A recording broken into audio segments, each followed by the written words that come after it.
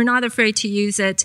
Of course, we try to resolve all issues through dialogue first, but if we can't reach agreement through that, then we will go to the WTO dispute settlement body.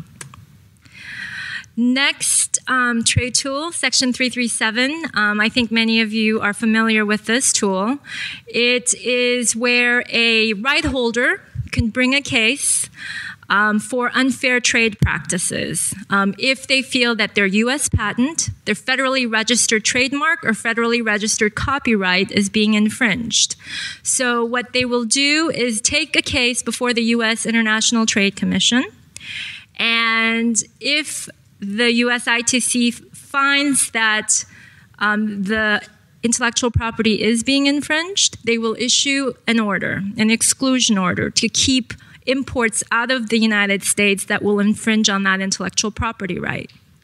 So under the Section 337 law, the U.S. ITC is required to submit the order and all supporting documents to the President for policy review to ensure that there are no issues if this exclusion order is actually implemented.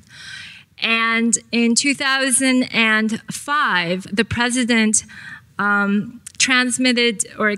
President assigned the function to the USTR. So my office conducts the review.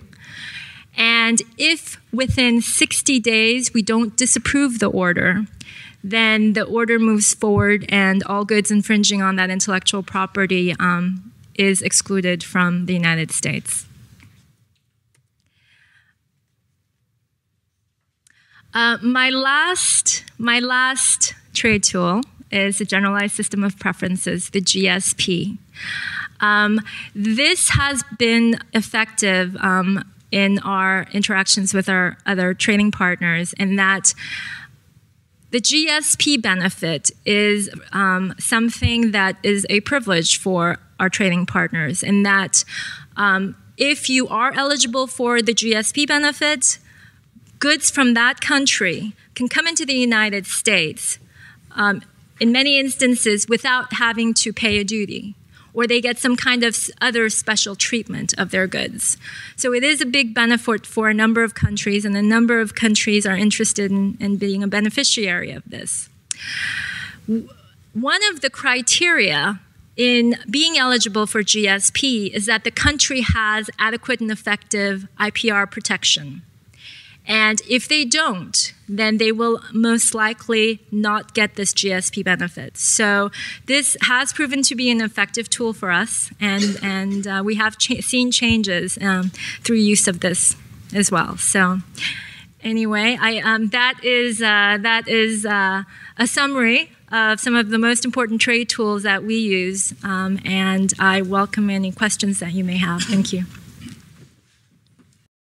Thank you, Rachel. Great to see how the United States can be involved at the general level in ensuring that foreign intellectual property rights can be strengthened. Obviously, chasing international infringers down into a country that doesn't have the tools there ends up not helping very much. So it's important both at the general level and the specific. Now, I will have some time for some questions and answers. Before we go to the Q&A, we will now give you your ABA participation verification code required in some states to earn CLE credit. Please pay close attention and write it down so you may provide the code where requested if your state requires it. The ABA participation verification code is 6 T as in Tango, 0, 8, C as in Charlie, F as in Foxtrot, P as in Papa, 0. 6T08 CFP0. I'll repeat that. 6T as in Tango, 08 C as in Charlie, F as in Foxtrot, P as in Papa, 0. So we'll open the floor up to questions now, and if you've got a question for the panel, I'll invite you to step up to the microphone, indicate whether the question is for a particular panel member or to the panel generally, and preferably keep your observations to questions rather than simply comments. Any takers, anyone interested in seeing the expertise in front of you and applying it to your own questions that have come out of the panel discussion? I had one that I wanted to raise just as part of it. Is that a question? Nope.